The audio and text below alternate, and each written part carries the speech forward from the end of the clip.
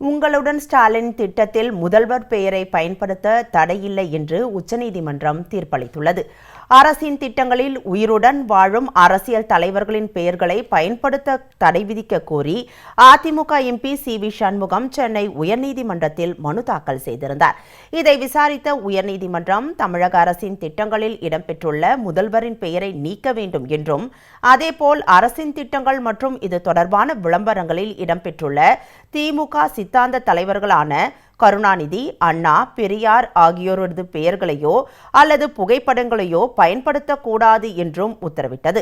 இந்த உத்தரவை எதிர்த்து உச்சநீதிமன்றத்தில் தொடங்கப்பட்ட மேல்முறையீட்டு மனு இன்று விசாரணைக்கு வந்தபோது முதல்வர் ஸ்டாலினின் பெயரை அரசு விளம்பரங்களில் பயன்படுத்த தடையில்லை என்று தீர்ப்பளிக்கப்பட்டது. இதேபோல் அதிமுக எம்பி சிவ சண்முகத்திற்கு 10 லட்சம் ரூபாய் அபராதமும் விதிக்கப்பட்டுள்ளது.